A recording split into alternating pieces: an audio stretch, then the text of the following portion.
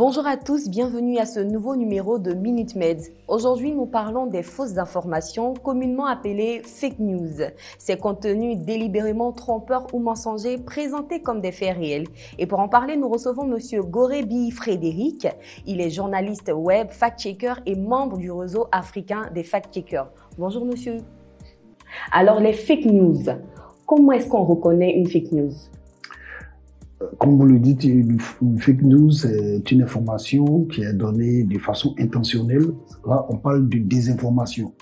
Mais il y a également aussi la mésinformation, c'est-à-dire de façon inintentionnelle, c'est-à-dire qu'on ne le sait pas.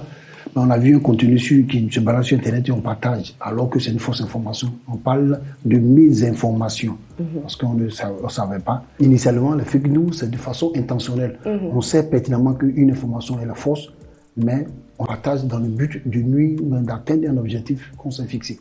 Et justement, dans le cadre de la mésinformation, quand on ne sait pas, comment est-ce qu'on fait pour reconnaître que cette information est justement fausse ?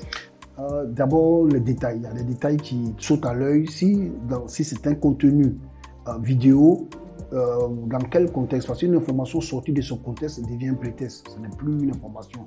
La date de sa publication, quel est le contexte? Ça parle de quoi? Qui diffuse cette vidéo? Qui diffuse cette information? Tu recherches sur l'auteur, est-ce que c'est un journaliste? Est-ce qu'il a l'habitude de faire? Ou c'est un producteur de contenu? Ou c'est pas signé? Comme la plupart du temps, ces informations de ce genre ne sont pas signées. Donc déjà, ça peut sauter à l'œil. On peut aussi vérifier ces informations recoupées sur plusieurs sources, comme je l'ai dit, d'autres personnes en parlent. Voilà. Donc quand on voit une information, il ne faut pas automatiquement la prendre comme ça. Il y a des petits indicateurs justement pour mettre la puce à l'oreille pour voir si l'information est fiable. Exactement. D'accord. Parce que tout ce qui est sur le net n'est pas net. D'accord. Alors avant de poursuivre, je vais vous inviter à suivre cet élément vidéo et on revient tout à l'heure. Ok, bonjour chers amis, moi c'est Kosunu Jean-Yves, voilà. J'aimerais savoir pourquoi il y a beaucoup de fake news sur la toile. Voilà. Les informations ne sont pas vraies, les autres relatent et c'est pas vraiment intéressant.